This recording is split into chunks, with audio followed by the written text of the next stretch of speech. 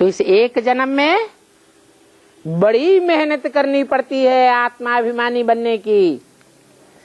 देह अभिमान को छोड़ने के लिए कितनी मेहनत करते हो।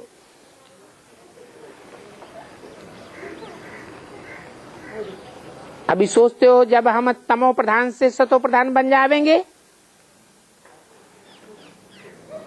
तो ये अपवित्रता छूट जाएगी।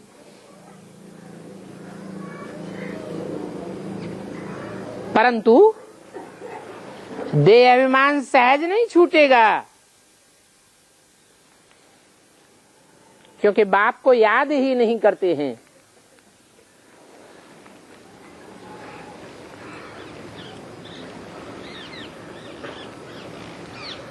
इसका क्या प्रूफ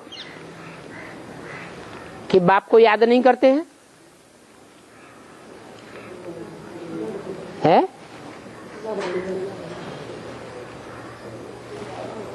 असली याद किसे कहा जाता है?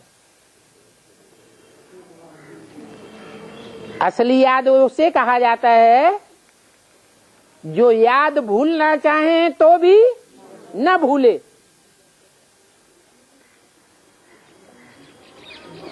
जैसे अभी 63 जन्म की प्रैक्टिस पड़ी हुई है देहधारियों को याद करने की, तो हम उन्हें भूलना चाहते हैं तो भी नहीं भूलते हैं। तो ये ओरिजिनल याद है। बाप को हम ओरिजिनली याद नहीं करते हैं और देहधारियों को ओरिजिनली याद करते हैं। देहधारी की याद करने के लिए बाप को कहना नहीं पड़ता, अपने आप याद करते हैं।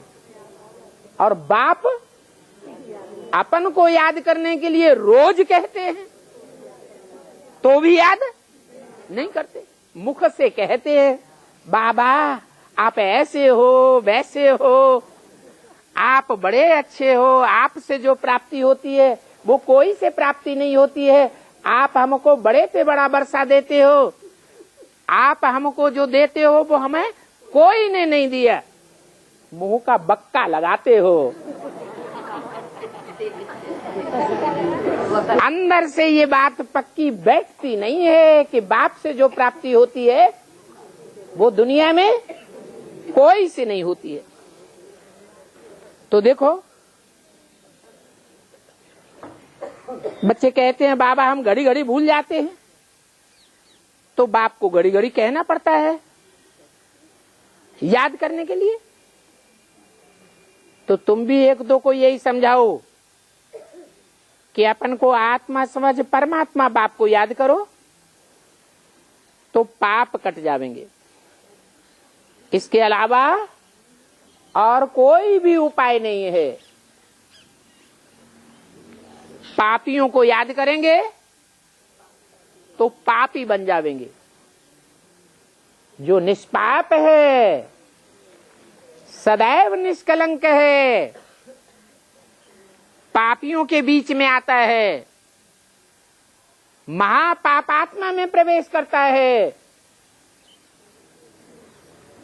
पतित से पतित तमो प्रधान मनुष्य में प्रवेश करता है, तो भी निष्पाप रहता है। इसको संग का रंग लगता है? नहीं लगता। तो ऐसे को याद करेंगे तो तुम भी पतित से पावन बन जाएंगे।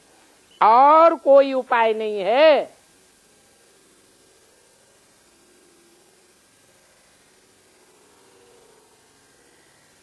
दुनिया के बड़े से बड़े महान से महान मनुष्य आत्मा को भी याद करेंगे।